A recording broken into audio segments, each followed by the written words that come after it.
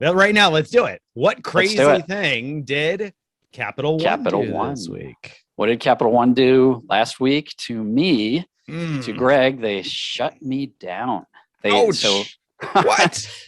yeah. So a few months ago, I was wildly excited that they had finally accepted an application. I applied for that venture 100K offer, and I couldn't believe it. They approved me. So I wrote a post about it. I was like, look, they're being easier on approvals. I've tried year after year and never gotten approved for anything from Capital One. But boom, I was approved. Went That ahead and started just using it for my day-to-day spend. I literally did nothing strange with this card. I set up auto payments to pay my bill in full each month, and just spent everywhere I needed to spend. And I did and it earn turned the out that you did not believe it for good reason. That's right. So I did earn the 50K part of the bonus, not yet the 100K, because that required $20,000 spend. But I hit the 50K part of it. And so altogether, I had about just short of 60,000 points, or they call them miles, saved up. And boom, they just out of the blue shut me down. Unbelievable. With no explanation, no reason. None. So, I called and they said, well, a letter will go out to you explaining why, but the decision is final, nothing you can do. And not surprisingly at all, the letter came and just said nothing, really said Right. nothing about why. It just said Ugh. because of either current or past transactions that they were uncomfortable with for whatever reason. And and surely they let you use your 60,000 miles and transfer those out somewhere before they shut you down, right?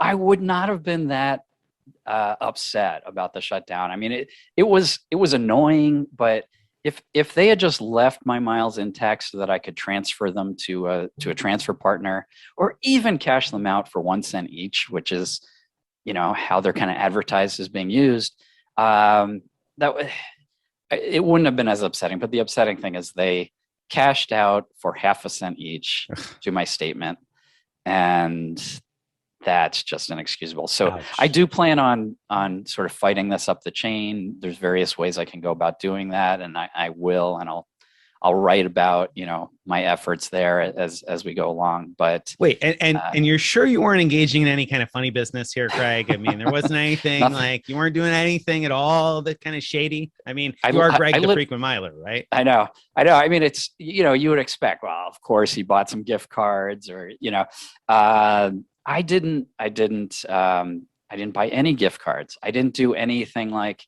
Venmo friends. I didn't do anything. I went through all of my statements like line by line to see, was that charge suspicious looking? Is that charge? Is that charge? And I couldn't You weren't find a like single getting a thing. cash advance at a casino or like, No. The no. best guess is that this has to do with me getting shut down for my Capital One 360 bank account about 6 years ago.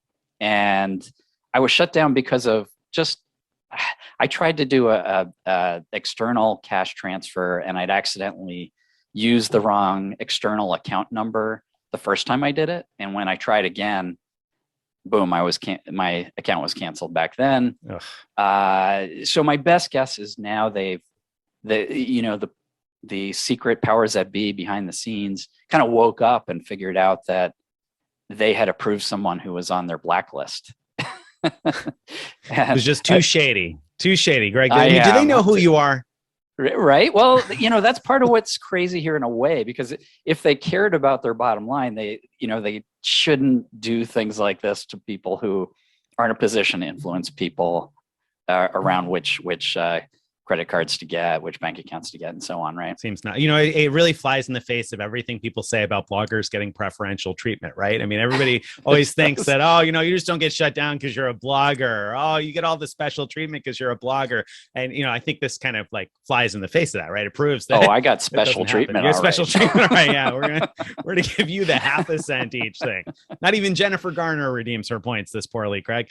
That's rough. That's really rough. So I mean, I'm glad that you mentioned the fact that you're in position to influence, because I mean, what does that mean? What should we do? I saw that a reader commented and said we ought to add warnings to all of the Capital One cards, or remove links to their products, or should we put a warning in every single post? I wrote a post about a transfer bonus, and I did mention that, hey, the risk, of course, with Capital One is that you never know when they're going to shut down your account and take away all your points. So, I mean, should we be warning people all the time about this? What do you think? Yeah, I mean, I think that's the question, is what should we do? And on the one hand, I think we hear stories like this from people with Chase cards, for example, and we don't go and warn people every single time we write about Chase cards about that. Every now and then we might write about that if they're doing some kind of behavior, if we're writing about some kind of behavior that might get you shut down. But so it doesn't seem right that just because I was the victim here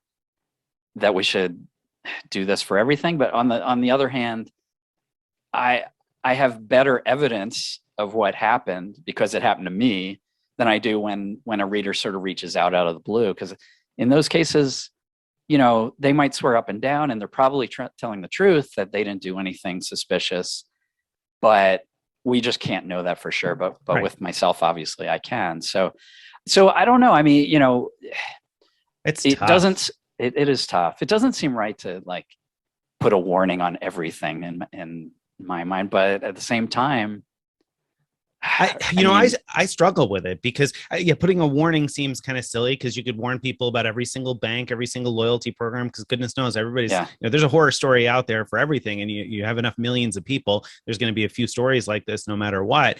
But my problem here now is that suddenly I feel very conflicted at best, to put it nicely, about recommending a Capital One product when I know that this could happen and they could just wipe out all of the points. Now, while that's theoretically possible, I guess, with anybody, and like you said, we'll hear stories from time to time, it's always hard to know the details. In this case, I absolutely know beyond a shadow of a doubt that Greg didn't do anything wrong. He earned the bonus and they just took away all the points. I mean, if that can happen at any time, how do I in good conscience tell somebody to collect Capital One points? It's that stinks. But on the flip side, from personal experience that people can go for years without any trouble. Of course. And yes. So because I mean, I have, and I've bought a lot of gift cards. I mean, I've done plenty of Simon on my Capital One cards, never had an issue. So that's why I couldn't believe it when Greg said he got shut down. I was like, what? I know I hear about people getting shut down from Capital One from time to time, usually people who had reason to be shut down. They knew what they were doing was wrong,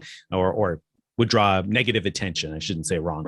But I've done enough that I would have thought that for Greg to lose his account in the first 3 months would be pretty surprising. And then it turned out you didn't do anything at all. And so that just makes me think that could happen to Susie or Harry or whoever else is going to open up a card. And man, like that thought stinks. It does.